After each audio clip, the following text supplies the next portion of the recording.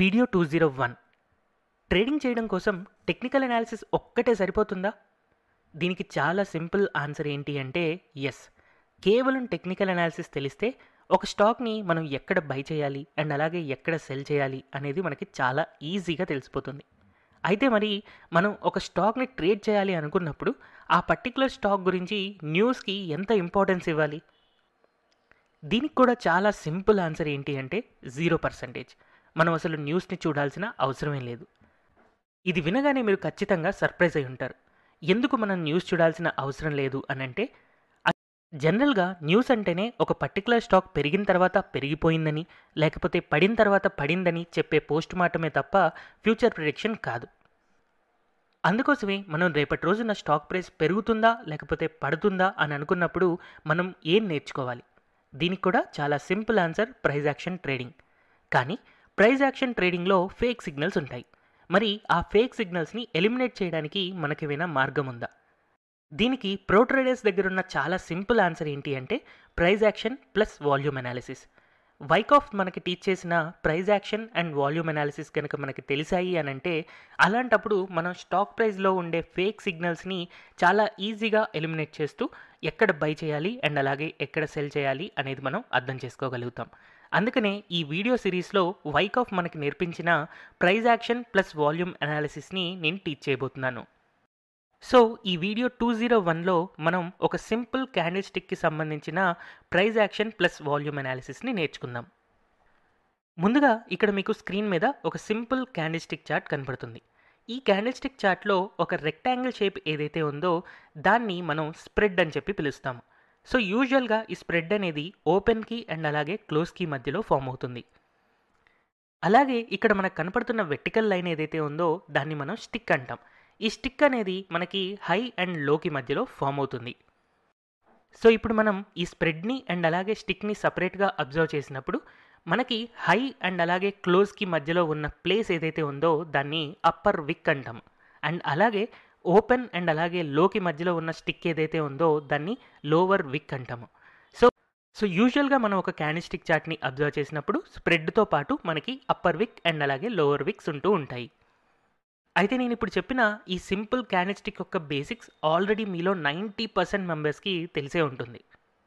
కానీ ఇందులో మెజారిటీ పీపుల్కి తెలియని విషయం అండ్ అర్థం చేసుకోవాల్సిన విషయం ఏంటి అంటే, మనకు ఎప్పుడైనా ఒక పర్టికులర్ స్టాక్ ప్రైస్ ఓపెన్ అయిన తర్వాత ఆ రోజున ఫర్ ఎగ్జాంపుల్ సెల్లింగ్ ప్రెషర్ ఉండి అక్కడ నుంచి స్టాక్ ప్రైస్ పడిపోతూ ఒక లో దాకా వెళ్ళింది అనుకుందాం. ఆ లో నుంచి మళ్ళీ బయింగ్ ప్రెషర్ క్రియేట్ అవ్వడం వల్ల కంటిన్యూస్గా పెరుగుతూ ఒక హైని హిట్ అయింది అని అనుకుందాం. వన్స్ ఇలా హైని హిట్ అయిన తర్వాత మళ్ళీ అక్కడ ఒక సెల్లింగ్ ప్రెషర్ వచ్చి డే ఎండ్లో ఒక పర్టికులర్ ప్రైస్ దగ్గర క్లోజ్ అయింది అని అనుకుందాం. సో ఇప్పుడు ఈ ఓపెన్కి అండ్ అలాగే క్లోజ్కి మధ్యలో ఉన్న రీజియన్ ఏదైతే ఉందో దాన్ని మనం స్ప్రెడ్ అనుకుంటున్నాం కదా.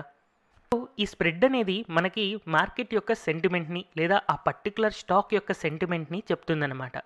సో ఈ స్ప్రెడ్ మనకి గ్రీన్ కలర్లో కనపడుతుంది అని అంటే ఆ రోజు మనకి ఒక బయింగ్ సెంటిమెంట్ ఉంది అని మనం అర్థం చేసుకోవచ్చు. అదే ఒకవేళ రెడ్ కలర్లో ఉంది అని అంటే ఆ రోజు మనకి సెల్లింగ్ సెంటిమెంట్ ఉంది అని అర్థం చేసుకోవచ్చు. సో ఇక్కడ మనం ఇంకొంచెం డెప్త్లోకి వెళ్దాం. సో ఇక్కడ మీకు స్క్రీన్ మీద 2 రకాల స్ప్రెడ్లు కనపడుతున్నాయి. సో ఎక్కడైతే మనకి వైడ్ స్ప్రెడ్ ఉందో ఆ వైడ్ స్ప్రెడ్ ఉన్న చోట మనకి ఆ రోజు స్ట్రాంగ్ సెంటిమెంట్ ఉంది అని మనం అర్థం చేసుకోవచ్చు. అండ్ ఎక్కడైతే మనకి నారో స్ప్రెడ్ ఉందో అది మనకి వీక్ సెంటిమెంట్ ఉంది అని అర్థం చేసుకోవచ్చు. అండ్ అలాగే కేవలం స్ప్రెడ్ని మాత్రమే కాకుండా స్ప్రెడ్తో పాటు మనం స్టిక్ని కూడా యాడ్ చేస్తే ఒక సింపుల్ క్యాండిల్ స్టిక్ అవుతుంది కదా.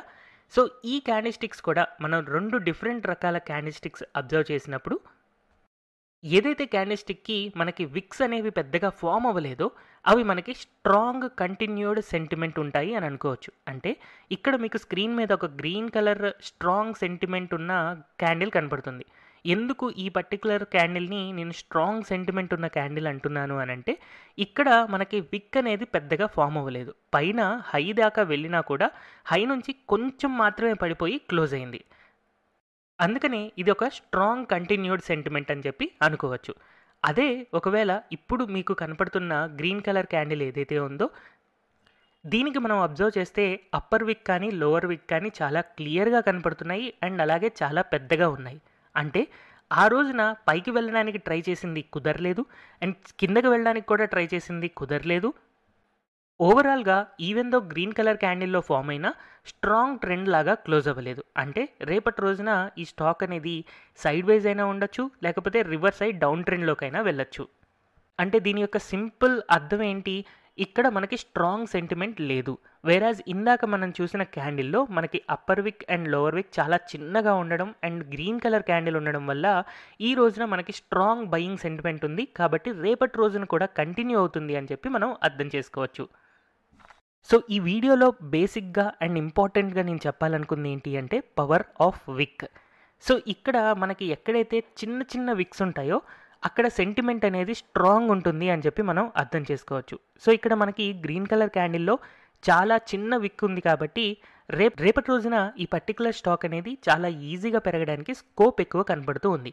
వేరాజ్ ఇదే పర్టిక్యులర్ స్టాక్‌లో ఒకవేళ హై విక్ ఉన్న క్యాండిల్ కనుక ఫామ్ అయింది అని అంటే అలాంటప్పుడు ఈవెన్ దో స్టాక్ ఈరోజు పెరిగినా ట్రెండ్ అనేది వీక్ అవుతుంది. కాబట్టి రేపటి రోజున ఈ స్టాక్ పెద్దగా పెరగకపోవచ్చు, లేదా ఒకవేళ స్టాక్ రివర్స్ అయ్యి పడడానికి కూడా ఎక్కువ ఛాన్సెస్ ఉన్నాయి అని చెప్పి మనం అర్థం చేసుకోవచ్చు. సో ఈరోజు మనం ఈ వీడియో ద్వారా నేర్చుకున్నది ఏంటి అంటే ఎక్కడైతే మనకి నో విక్ అంటే విక్ అనేది లేదు అండ్ మంచి గ్రీన్ కలర్ క్యాండిల్ ఫామ్ అయిందో దాన్ని good identification of bullish trend అని అనుకోవచ్చు. అంటే స్టాక్ పెరగడానికి చాలా ఎక్కువ ఛాన్సెస్ ఉన్నాయి అని అనుకోవచ్చు.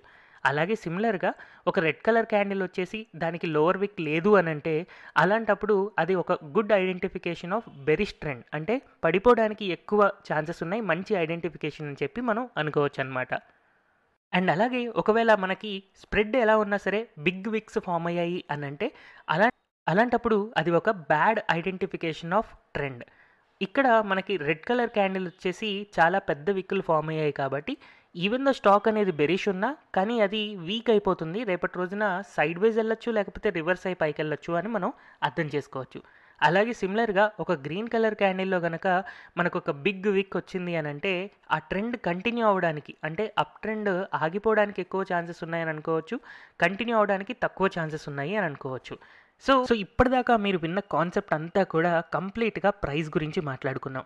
కానీ ప్రైజ్లో చాలా రకాల ఫేక్ ట్రెండ్స్ ఉంటూ ఉంటాయి అండ్ సింగిల్ క్యాండిల్స్టిక్స్లో కూడా రకరకాల ఫేక్ సిగ్నల్స్ వస్తూ ఉంటాయి.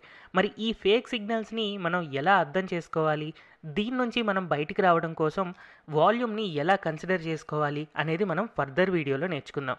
సో వీడియో 202 కోసం వెయిట్ చేయండి.